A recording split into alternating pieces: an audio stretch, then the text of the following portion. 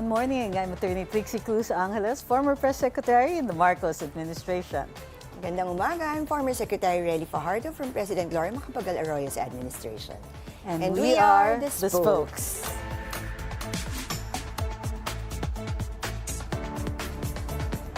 From the palace halls then to our group chats now. We'll give you perspectives from an insider's position standing behind the podium.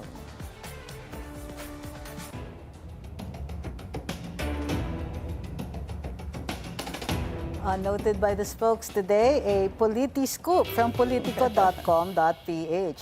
Senator Lauren Legarda was allegedly expecting to become the next Senate President, only for Senator Alan Peter Cayetano to take the post.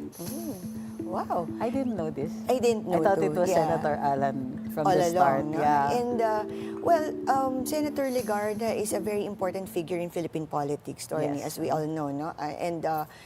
She was four-termer senator already, if I'm not mistaken, tama ba? And she's a journalist, yeah. she's a vice presidential candidate, and she's been there for a while, no? Parang isa na siya sa mga medyo political veteran, if we may call it. She's a stalwart for culture and arts, particularly with Philippine conservation movement. So she's pro-environment. She's established herself as an environmentalist. Yeah, and she could have been the first woman Philippine Vice President. or Diba? Philippine Senate President, di ba? Yeah. Oo. Oh, siya yung unang-una dapat Almost. na magiging kung natuluyan. Twice na almost. Almost. Diba? Second round na to eh. Remember the first time, just a few, like a month or so ago, there were already rumors and everybody thought it was in the bag when at the last minute, there were not enough votes. Including Senator Lauren herself. She was expected to be the Senate President then. So everybody was expecting the same lineup, except this time around, it was Senator Alan Peter. We're not sure how this happened yet. Well, and I think kasama sa politiscope, di Wow, ba? correct. Kung if Senator Legarda, I think the reason why he was with the Cayetano bloc is because she's kind of expecting that she has the chance to be the Senate President to replace Tito Soto. And, what's important, actually, why this is important, no, itong issue, attorney, it's because this, you could see kung gaano ang intricacies ng politics inside one of the most influential institutions of the country, no, the Senate. Yung alliances could change anytime. Correct. Yeah, and it's all about timing. It's all about political survival. Compromises, Compromises, agreements. yeah. So this is really just how politics is. And you cannot really say that you can expect everything on what's gonna happen tomorrow. No? It really depends. It's very fluid. It really depends on the circumstances. No, politicians would always like kind of have the balance of. Tsaka syempre yun yung exciting sa politician eh. Kasi every 3 year yung mga nag-re-election or 6 years for the senators. So they would have to make their assessment from time to time on how they can survive their position. Well, how they can survive, no? Depende rin yan eh. The choices that they make, of course. But Senator Lauren was strongly identified with the Soto group. That's correct, So that's yeah. there's some sacrifice on her part, which might also create a, how do you call this, a possibility of the numbers. Maliit kasi yung majority dito eh. So holding on to their membership is going to be a significant strategy to hold on for the for the majority. Think, Senator Tito Soto expected this somehow? Yes, Yung kay he was Senator talking Lauren, about it. Well, he was talking about a change in the leadership. He was letting go of certain statements like, no matter what happens, okay, we got that. In the meantime, si Senator Ping Lacson naman has called the change or the manner in the change of leadership as ugly. I know. Well, I think anybody on their position can say that kasi medyo hindi nila ini-expect yung mangyayari, most likely, or probably they were. Yeah, I think it was a surprise that it would happen during that time. Yung timing kasi was important because of the impeachment, as we know, no? That's why it's That's very important. Well, but if we're talking about how it was changed, maybe he shouldn't look too far back for a comparison, which was when Senator Cheese Escudero was president and how he was replaced by Actually, Senator ang Tito pinakamalaking Soto. surprise na nangyari is yung pagdating ni Senator Bato. Yeah, yun Di ba? talaga. Yun oo. talaga yung big Alam ko. surprise dyan. Anyways, on another headline, noted by the spokes, House of Representatives have formally elected its 11-member prosecution panel for the upcoming impeachment trial. So, 13. magagaling itong mga to. Lahat Yes, most ito, of them are trial lawyers, di ba? All of them, even Congressman Chua, is he a trial lawyer? Yes, he was. As a matter of fact, many people forget. He was actually, in public interest law, he was defending urban poor. I see. So, Yeah, so we can really expect na medyo mga highly technical din, no? I'm sure it will be well prepared yung kanilang mga arguments I have during no the doubt. Senate hearing, di ba? I have no doubt, at least with the makeup of the prosecution. Number one, all of them had a stint as trial lawyers. Number two, they've graduated from prestigious law schools. For example, Representative Kaka Bagao, Ateneo. Rog Gutierrez, Ateneo. Sino ba yung mga Atenista Yeah, dyan? and si The others, Jonathan Congressman- Keith Flores, Ateneo de Davao. Congressman Lord Dansuan, Ateneo de Cagayan. Si Rog Gutierrez, also Ateneo. Baka magalit So, sa'yo yung mga hindi taga-Ateneo. UP, sige, UP, Chel Jokno, Terry Ridon, Isabel yeah. Zamora. No, pero kasi di ba si Congressman UST, ano teka. na siya dati, no? He Ateneo, was already no? part of the Prosecution team in the last time. Ano ba 'yon? In the Corona Corona ba? impeachment. Yeah, that's yes. Corona impeachment. So, of course, Laila de Lima, She was San even Beda. a DOJ. And DOJ ang secretary, maganda kay yeah. Senator De Lima, she was also a former senator. So, yes, she has already... she knows how the Senate works. She knows how the institution works. Chel Jokno, also considered one of the top practitioners, one of the top trial lawyers in the country. So, Terry Ridon is also from UP. So, So, among these legal practitioners who have the ability and the court experience to make clear arguments, obviously all of them. all of them. Yes, all of them. as you said, I they are would all like very good trial lawyers. Yes, I would like to point out Isabel Zamora, who practiced with I know she's She's multi-awarded. the daughter of and- Ronnie Zamora himself, also an outstanding lawyer. So, it must run in the family. Plus, she established herself also as a trial lawyer. So, prior kailangan to magaling ang joining mga the House. Oo. lawyers sa Senate and yung defense lawyer ni VP Sara. Kailangan paghandaan din talaga nila because the prosecution panel are really good. So, in the meantime, they're doing the Xeroxing, kaya wala pa, hindi pa natatransmit yung articles of impeachment to the Senate because they appear to be in the throes of Xeroxing the thousands and thousands of pages Someone is saying of attachments. what happened with the change of leadership at the Senate also somehow caused some delays? O wala naman effect yun? Kasi Hindi, nga, wala, nasa House pa naman talaga. Waiting lang di ba? naman ng Senate. The House is really responsible for coming up with the printed versions of the articles of impeachment plus Xeroxes of all the Yan, attachments. kasi wala pang Senate Secretary rin as of now. Pero kasi nga, di ba, yung iba sinasabi na yung timing again of the change of leadership because of the impeachment. Well, of course. Hindi pa nagsistart yung forthwith. Of course, alam naman natin na I'm sure it's somehow connected, di ba? That I think that's already a given. Pero Even if they deny it. Mag-forthwith na din daw naman. Anyway. In fairness with the new Senate President, no, Ready he was naman very sila. clear naman that they will do their job and they will make sure that forthwith. Very controversial There's that yan, word no? again, So I huh? don't think that he will make any compromises. So these are the headlines noted by the spokes today. We'll have veteran political strategist Lito Banayo talk about his political analysis on the latest events in Congress and Senate when the spokes return after the short break.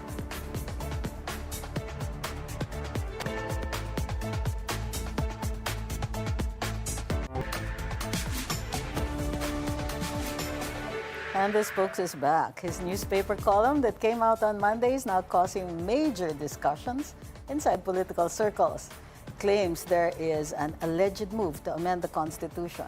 not for reform, but to prevent a possible return of Duterte power in 2028. On the same day the column came out, the Senate leadership also changed. Was it a coincidence or part of a larger realignment? Let's have a more in-depth discussion on this issue with veteran political strategist, columnist, and former cabinet official, Ambassador Lito Banayo. Welcome to the Spokes. Thank sir. you, Sec Relly, Sec Good morning, Trixie. sir. Good morning. So your column has causing waves right now. So what do you think? After the Senate coup, do you think that that was a coincidence after your column came out? I didn't expect that there would be a Senate coup on the day the column appeared. I wrote that column on Saturday morning Okay. and filed it before to my opinion editor.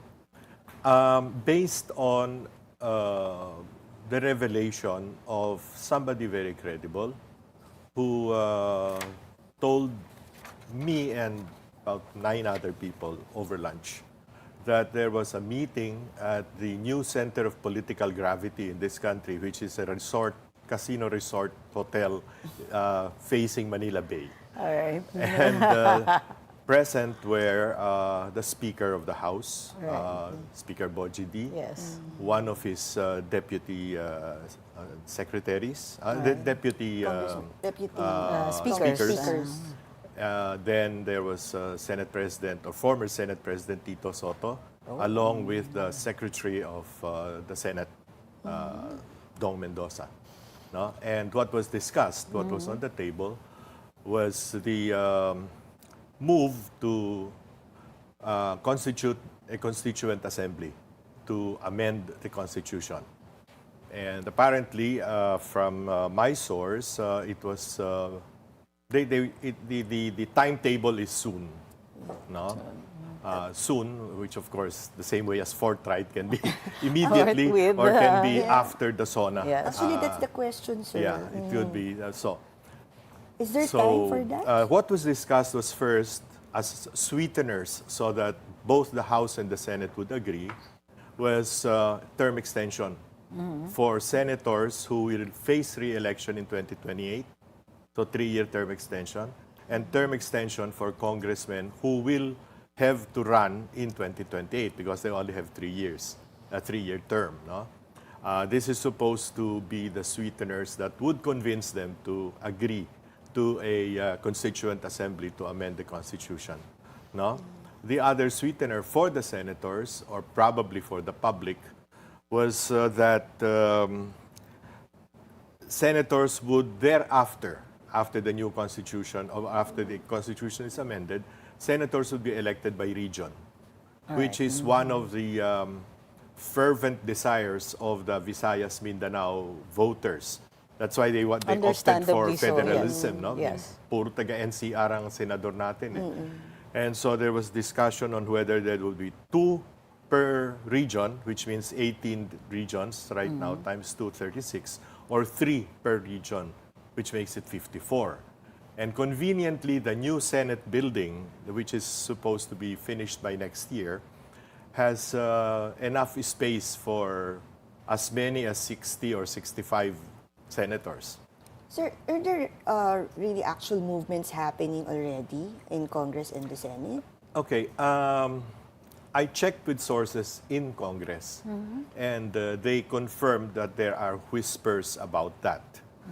But since they are not from the majority, they could not specifically, confirm whether totoo or yung timetable, when it's going to be done. I'm just curious kasi did they think they still have the time to do the CONAS? I mean, barely 2 years plus- before the 2028. Plus impeachment. Plus the impeachment and Well, other things. Let's go back Okay. in history. This is when the father of the present leader, President, yes. President Ferdinand Marcos Sr., opted for a constitutional convention and had supervised an election to constitutional convention. Yes. He did it in 1971. The next election would be 1973, when he is already term limited. No? hanggang 1973 lang siya. 1971, nag-election for the Constitutional Convention, and in 1972, the Constitutional Convention started after election, it started its convening. No? It was convened 1972.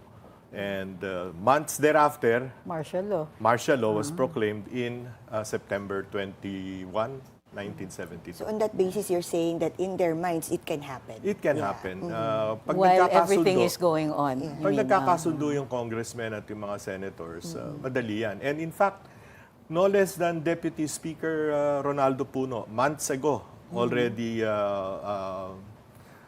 proposed what he proposed was a constitutional convention, elected delegates at constitutional convention or a Yes, CONCON. But he already proposed this. No? So con us. Yeah. Because it's faster. We assume that they're going for a constituent assembly. One, because it's faster. Two, it's easier to control. It's easier to control. But you discussed in your column a proposal that there would be increases in the number of senators because they would be elected by region.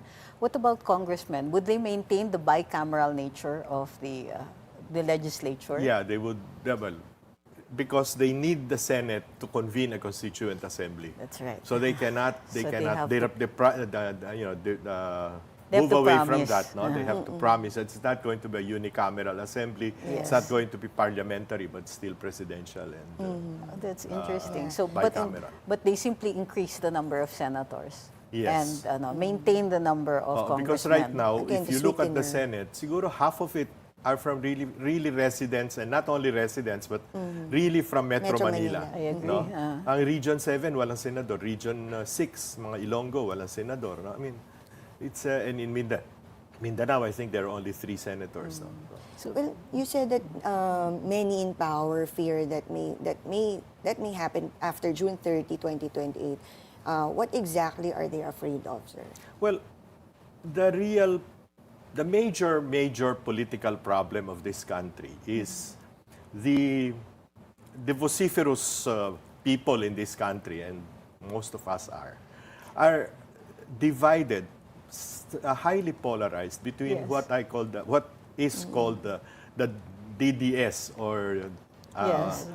diehard Duterte supporters, and what I would call the DDH, the diehard Duterte haters. No, some people simply do not want any Duterte back in power, no, and they are afraid, and that gets more ample, shall we say, currency, because many of the DDS have for their messaging yung pag kami na ang nasa poder, kawawa kayo, babalikan namin kayo, and all that, no? Which makes the DDH even more panicky. And among the DDH, of course, are the administration stalwarts, including the President of the Philippines himself. Yes. Wow. Okay. But VP, noticeably in a recent interview, he said that, most people don't really know, but that I'm not vengeful. She may speak sharply, but anybody who has been through her mayoralty in Davao City will understand that she is not the vengeful type. She does prefer certain people to be working with her, but really the That's not her idea or the character. concept of a vengeful presidency. I agree with that, Sec Trixie. In fact, even in the OVP, Yes. remember, previous to her, it was Leni Robredo, who was the vice president.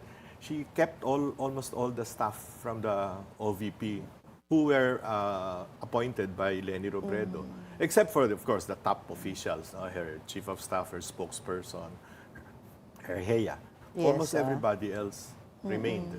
But you said that the president might be one of those who are afraid of the possibility of a revenge government. Does this mean that he believes that VP Inday is going to win as president? After all that he and his cabal of supporters have done to not only to Dutertes. Inday but to Her the father, family, yeah. President Duterte, you would expect that, no? And we have a short history of that, no? Post-martial law, you had ERAP, no, who was detained. No? Then you had GMA, who was detained under President Aquino. So hindi katakataka na mangyari yon. And of course, we know that this flood control scandal will not stop within the term of President Bongbong Marcos. No? And somebody It's going has to be continue accountable, before. right? People have to be accountable. And many of the people who have to be accountable are either in the legislature or the cabinet or higher than cabinet. So one of the factors that you're saying that this could happen is because you're pretty confident that the Senate will acquit VP Inday. That is speculative on my part. Yes, of course. Why? Because it's common. I mean, every observer thinks that a threshold of 16 votes to convict is knee-high impossible. Yes. No? Given the present composition of the Senate.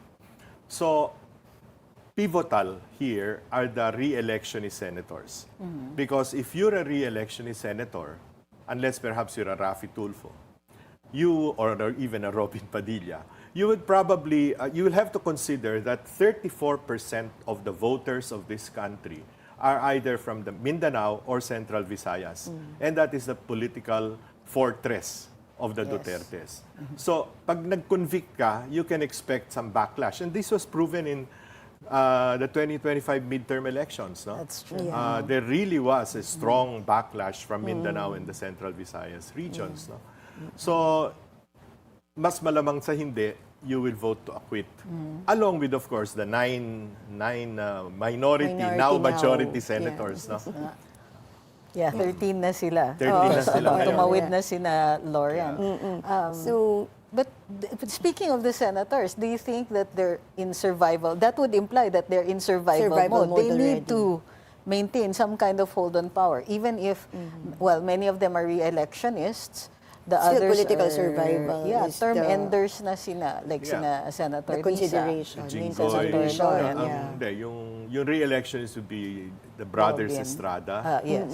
Mark Villar, Rafi Tulfo, Robin Padilla, Loren Legarda. I think that's about it. And then the term enders, The term enders Zubiri. are Risa, Mig Subiri, and may isa pa eh. Joel ba? Joel Villanueva. Villanueva.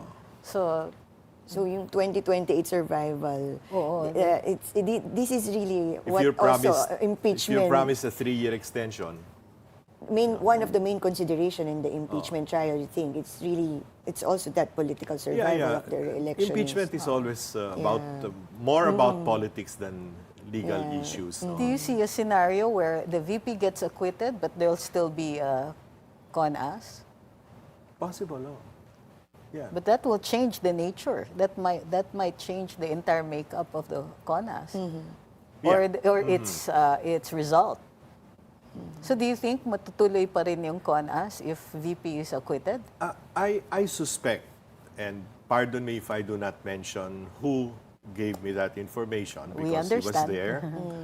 But if the Senate President or the Speaker deny that this meeting happened, no, then I will be forced to Reveal. reveal who my source is. No? But I would think that my source revealed it not only to me, but to 8 others, no, over lunch, was because he found it unacceptable. Yes, of That course. he thought that it is something na hindi dapat mangyari. Particularly since the purpose seems to be a no Duterte future. Yeah, and by the way, when I confirmed this with 3 legislators, 1 senator and 2 congressmen, no, one of the congressmen who abstained from voting rather, asked if he would be free to inform some of his senator friends about this. And I said, bakit kailangan pa sabihin sa mga senador o sa mga kaibigan mo senador? Pwede rin naman ako na magsabi, sabi ko. Hindi, sabi niya, I understand that you would not want to do it yourself, he said. But may ugong-ugong kasi sa mangyayari sa Senado. So I at that time, I didn't know what it was. Except on Monday, a change of leadership. a change of leadership. Pero there's a lot of things happening already in the country. Like, yung kay Senator Precisely. Bato. Precisely. former Senate Finance Secretary Sonny Dominguez texted me a long message after reading my column, and he said na, I hope the new Senate leadership will focus on the things that matter. Yeah. The economy is in really, really very bad shape. No? It is. No? Our debt to GDP ratio is now 66%. No? Dangerous na. Our inflation rate is 7.2%, and we expect it to Rising. go higher because yung March lang ang na-capture no first quarter, 7.2% eh. Crisis is not April, over yet. May, ngayon nagkagulo na naman sa Iran, di ba? Sa Middle East, no? Yes. So tataas pa yan, no? We face, and I've been saying this before, we will face a rice crisis by the end of this year and worse next year because the super El Nino is upon us, no? And it's going to affect not only us but major rice-producing countries as well. Vietnam, Thailand, India, Pakistan. So mabigat ang magiging problema ng bansa. But again, going back to history, Sec Trixie, Sec Relly, ganito rin ang nangyari noong 1972. We had a major food crisis in 1972 because not of El Nino but La Nina. All of Central Luzon was flooded. We didn't have any rice harvest in 1972. No? What we had was a bumper crop of corn in the Mindanao and the Visayas. No? So again, that was one of the reasons probably why President Ferdinand Marcos Sr. thought it was time, considering na meron na siyang CONAS, pero wala constitutional convention, Con pero sila, hindi pa tapos, it was time to go into martial law. And then later on, nagka-oil crisis. Sunod-sunod yun. 73 was an oil crisis. No? Yeah. No? So almost the same situation. Correct. Attorney Deja vu. Trixie. Yeah, deja vu. Yikes. If the impeachment of VP Sara is headed for an acquittal, will this make charter change more aggressive or more dangerous? But before you answer that, the spokes will return after this short break.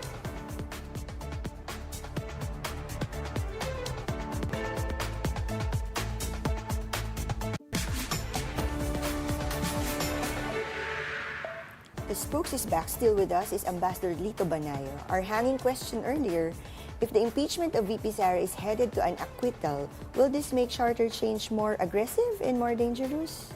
I believe so. Yeah, because if she is acquitted, 2028 seems to be an easy path. Walk in the park na. For instance, one of the strongest contenders is Leni Robredo, Vice President Leni Robredo. She has already publicly declared she will not. No? But if Inday Sara will run, if she's acquitted, and she will run, obviously, for president, and the path is clear, Yes. you think Leni Robredo will still run? After all, she has already laid the predicate for saying she will not run. Okay. Same thing with Raffy Tulfo. He's a sure re-electionist. Why would he risk it? That's true. Di ba? So, sino pa? No? Wala. Di ba? Wala na eh. True. Exciting talaga itong ang mga susunod na araw. In the meantime, maraming nangyayari. For example, itong nangyari with Senator Pato. Tapos he was quoted as saying, this is the worst government ever. And his statement of appeal to Marcos is to not allow his surrender to the ICC. What are your thoughts on this? Well,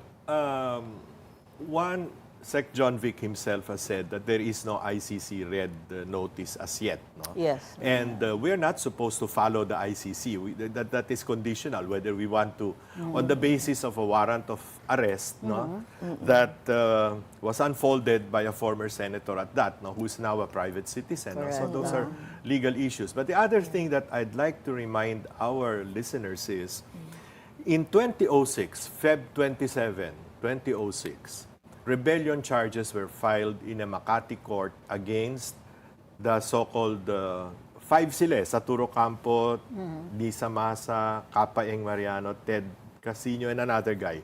All of them were congressmen at that time, from Bayan, Gabriela, whatever. And the speaker then, Joe De Venecia, this was a local case. Yes. The speaker then, Joe De Venecia, gave them protection within the batasan. And they stayed there for more than 2 months. Yes. They were released only on May 8, 2006, when the Makati Regional Trial Court had already dismissed The case. No? So if you can do that, no, for a local case, why can't you do it for an international A case? dubious international Yes, case. Yeah. precisely. No? So it really May question depends. pa yung when, Are we whether still we're under still the covered by that. jurisdiction? Yes. It really depends on the leadership, if you can say. Yeah. Because si Senator Trillanes naman is claiming that during his time and Senator De Lima, they were arrested. They were And, arrested, but after a week or so, hindi naman agad-agad. They tried to exhaust legal remedies Yes, first. yes, No? I remember. Which, of course, Senator Bato, and he has, through his lawyers, already filed for a TRO with the Supreme Court. Yes, No? there So, is a pending hayaan natin petition. yun, di ba? Kailangan talaga may local court that will issue the warrant of arrest or at least to validate, di ba? It has to go through court. They're Yeah. legal Even in or the it's ICC, local court. even in the yes. Rome Statute, nakalagay naman yun. It Di ba? will follow the local laws. The Follow the problem local is law. yung yung international, we have a law on 9581 yata. Yes, yes, crimes against humanity that has a provision for automatically allowing the transport or allowing if proceedings are already instituted in international courts or courts of other jurisdictions, then we can actually deliver. But this is contentious, this provision, because extradition follows a very strict procedure of going through the courts first, locally. This establishes sovereignty. So, It's a sovereignty And issue. well, in fact, the CIDG is already calling Bato for to surrender. to surrender already, di ba? In fact, Yeah. yeah, for It's the same investigation. tragic comedy of errors that happened in the case of former President Rodrigo Duterte. No? For all intents and purposes, he was shanghaied. He was kidnapped, no? And flown by private plane to The Hague. No? So I don't know how they're going to do this now, given that the public reaction to President Duterte was quite severe. Considering also the sensitivity of imagery in our political situation right now, Senator Bato says that he had to wrestle with NBI agents, and then Senator Trillanes says, of course not, and there's this back and forth about it. But there are CCTV footage of at And the least the NBI, habulan, and the yung habulan NBI, sa the NBI staircase. director is actually is not- newly saying installed- that the newly the installed newly NBI director is director. saying that it's not true. No? Na mga staff niya raw yung mga kasunod ni Senator Bato, and not the Anyway, NBI how do you agent. think this is playing out right now, and how is the public reacting What is the to perception? this? Well, of course, we cannot expect, Senator Bato cannot expect the same kind of outrage that happened in the case of President Duterte. No? But it all depends on him, his lawyers, and his supporters, no? How this will play out. No? Eventually, I guess, even if you're going to wait for the local courts to act, I think they will still act in due time, no? Yeah. Give him up to the ICC.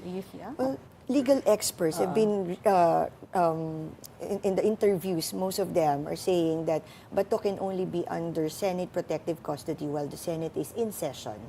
So what happens if the Senate is on break? Or they will adjourn in June?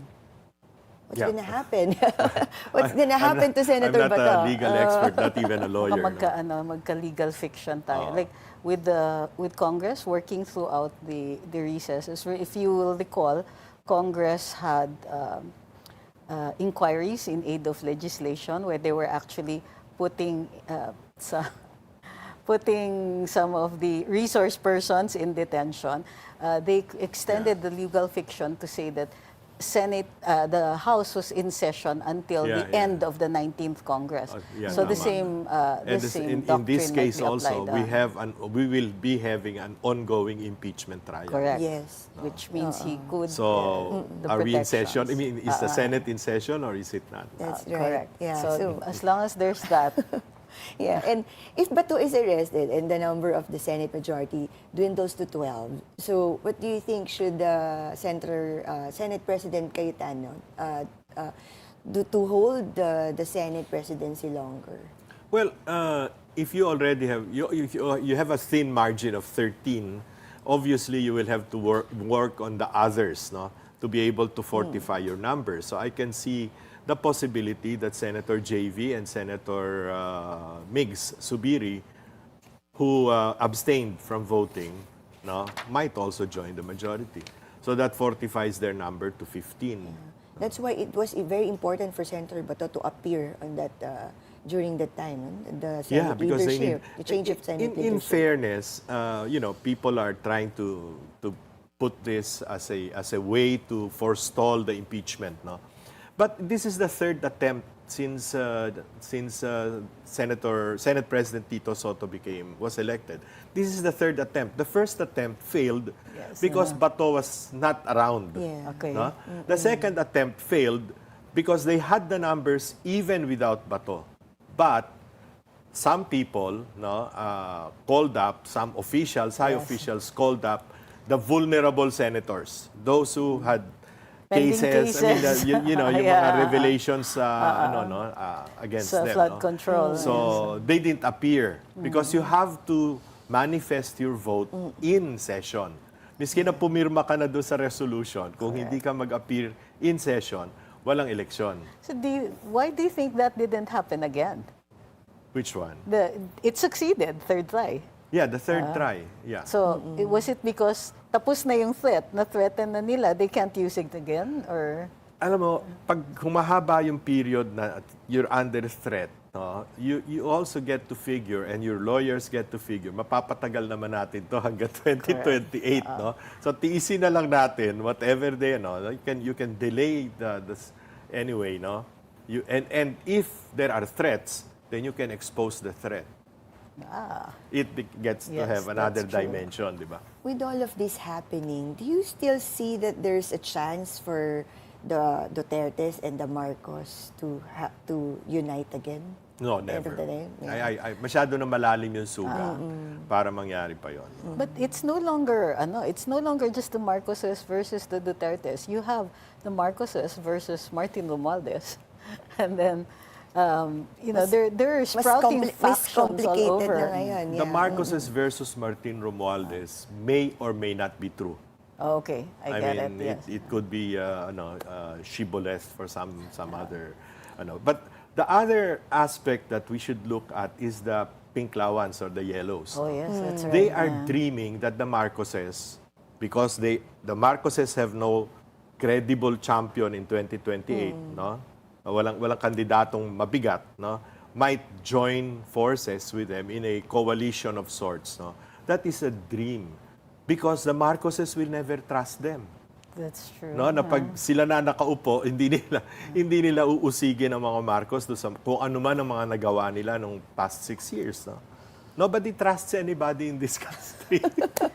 Ang laming laglagan eh. Lalo na sa At mga sanay man nangyayari laglag ito, ngayon. No? Sanay man laglag ito. particularly. Di ba? Both sides actually that you mentioned, sanay man laglag yung mga yan. So, Si Duterte hindi pa eh. Si Hindi Duterte pa natin nakikita yan. may loyal sa Major kanyang na mga ganun. tauhan eh, di ba? yes. Very solid. That's why it's a force. Kaya hanggang ngayon, di ba? It's still there. Yun, nakailang diehard nga elections. Ilang elections na solid yung, there's a solid base that they can count on. And that makes them really dangerous. But how would Chacha address that solid base? I mean, how are they going to erase the Dutertes through charter change? Yeah, because this is one way you're saying that to prevent Sara Duterte of becoming a president in 2028. No, the intention, I would think, is beamed at the re-election is senators. Okay. No? Kasi kung hindi mo na kailangan magpagod pa na mag-re-elect sa 2028, no? Then you might be swayed, no? With other blandishments, of course, no? To vote for conviction. So it's really for the For the senators, for the convictions. judge, It's for the impeachment. judges. So, And similarly, in Congress, yun nga ang bali-balita, no? Sa Congress naman, yun din na sinabi, wala naman election eh. Governors and mayors lang ang mag-election sa 2028. Meron tayo, ngayon lang Viewer, tayo yata ano? nagkaroon ng ganito, no? From a viewer. Please ask Mr. Banayo kung papalitan daw po si John Vic ni Trillanes and Boying and Benhur Abalos sa DOJ. No, Benhar. Yeah, For si Boying Eric ni Vida. Benhar. Papalitan Yes, siya ni Benhar Abalos. What do you think? ang nababalitaan ko, si Ben-Hur is slated for a cabinet position. No? Okay. And Tapos most na kasi yung likely, ban niya. because 8 sa mga cabinet secretaries now are all acting. Okay. Think of any position, any of those cabinet Yeah. positions Yeah. na pwede si Ben-Hur. After all, he's a lawyer, no? And he was a long-time mayor, no? Local government official, no? So he has credentials for any of these positions. But I doubt if they're going to remove John Vic Remulla, no? He's been doing relatively well, no? So I doubt. And he's been very close to the president. No? Yeah, so don't you think ES, parang sa akin, yun ang naririnig eh, for Benhar would be most likely to be the next executive secretary with Sec Ralph Recto moving back to DOF, with Sec Go going to DTI, and so it looks like a reshuffle. But Yeah, Secretary Benhur was the campaign manager during the Yeah. campaign. Yeah. So if yeah, go ahead. Tony Trixie, if Sara Duterte becomes president, do you see her working to free her father? I think, yeah, of course, di ba? From ICC. I don't think she can, even if she wants. You know, She will try, of course. she will try, but it's the ICC will not let go of a trophy. Because they're already So that's what it is discredited with the talaga. entire world. No? US doesn't care about them. Russia, Israel. China, Israel.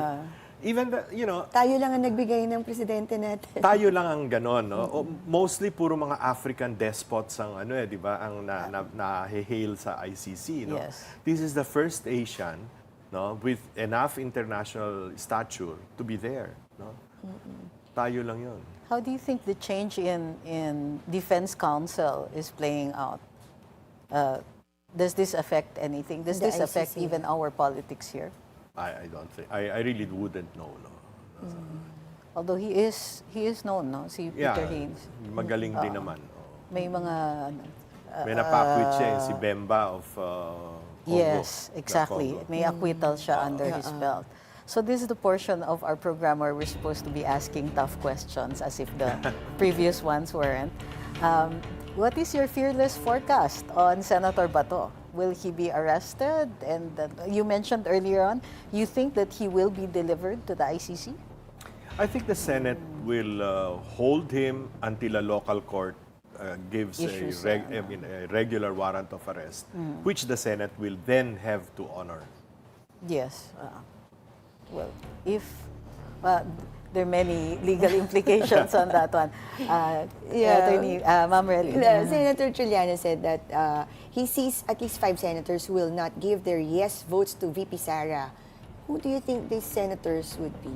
5 who will not convict, who will... Yeah, but will- Who will not there are acquit? actually more than 5, di ba? Pero these are like from the majority, perhaps, no? Ano yung sinasabi niya? 5 who will acquit or convict? Acquit. Yeah. Who will Who acquit? Five lang Five? daw. Who Five will- lang. Well, that's... well, of course, they're looking at the yellows or the pinks, no, which is Senator Risa, Senator Kiko, possibly Senator Bam Aquino. I'm not too sure about Senator Bam Aquino. Probably the Tulfos. May nakikita po ba kayo dito sa majority ngayon who you think could also be on the side naman na babaliktad naman sila during the impeachment? Yeah. Dito sa Tingin niyo majority. may baliktaran dito? Yung baliktaran. Even among the majority, I would think that they will weigh the evidence, no? And as far as I see, and I agree here with Toby Chanco and Egay Erice, the only thing that the Committee on Justice came out that is relatively questionable on the part of VP Sara is the 5 or 4 years SAL-N without cash on hand and in tax. No? That may be a bit questionable. But almost all the evidence that has been brought up before the Committee on Justice are so easy for the... And it's earlier you were talking about the 11 prosecutors of the House. Well, the defense panel is composed of also big-name lawyers, no?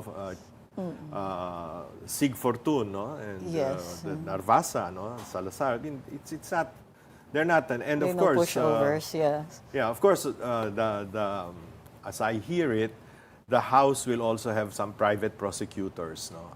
Themselves, yes. Themselves, They'll be and hiring, some of these are from the famous The Firm. You know the firm, right? Oh, yeah, You're very of course, familiar with them. of course. Did you ever see the Marcos administration holding to account any people behind flood May control? mangyayari ho ba May dito sa napansin flood ba control kayo? na to? Because Oo. personally, alam ko, yung first six cases have not seen the light of a courtroom. Yeah, the case, for instance, that was filed or is going to be filed against former Speaker Martin Romualdez, from many of the lawyers that I have consulted, they say it's very weak. Yeah. No, it's going to be very difficult to pin him down. No? So, but why bother? Well, optics. Perspective kunwari, na lang, talagang ano magkaaway na lang, sila. I mean perception na lang talaga. How about sila Senator Chispo, sila Senator Villanueva? Again, this would Jinggoy. depend. The key player here is still Saldico. Yeah. No? He is the holder of the keys to, Yeah. The kingdom. to damnation or paradise. No? So, Cha-Cha, apart from your Cha-Cha theory, who do you think the Marcoses, what is the fallback of the Marcoses? Let's say that Cha-Cha doesn't push Doesn't through, it materialize. falls apart. So what Yeah, do you with the think new they'll Senate do? president, the Senate What options leadership, are that may left? be Yeah. difficult now. So, but what would they do then in that case? Wait? I don't know because most of the time, like you, Attorney Trixie, I was hoping that the unit team was true. Yeah. I was hoping Yeah. that President Bongbong Marcos, given such an overwhelming mandate, despite the history of the family, Yes. would really, do wonders for the Philippines. No? Ay, budol. And I supported him in my writings after he won, despite the fact that I was a campaign manager of Isko Moreno. No? Oh, I see. And Isko was one of the first to concede. No? So, akala ko talaga may mangyayari. But what I've seen is a president who reacts rather than proacts. No, a president who does not seem to have neither vision nor direction. Yun ang Or a nangyayari. So, tinan mo, walang plano. Kaya ayan. So, I don't know. No? I cannot, to your question, hindi ko alam eh. Kasi, yun nga, puro reaction eh. Puro Yeah, reaction eh. it's Reactive ang ano eh. Reactive. Walang plano eh. But, well, we never can tell. He has 3 hotshot strategists. No? One from California, one from Romania, and one from Switzerland. No? The So, Romanian wow. connection. Maybe these guys can think something out of the box. Na hindi pa dead end. Well, thank you very Wow. much, Ambassador Banayo. How enlightening. Thank you. We should have you more often. And it's very exciting what this coming days. Okay, when politicians start talking about changing the rules, Filipinos should always ask who benefits. Whether this is about reform or political survival, the Filipino people will eventually decide. I'm former Secretary Relly Fajardo. I'm former Press Secretary Attorney Trixie Cruz-Angeles. And we are the spokes.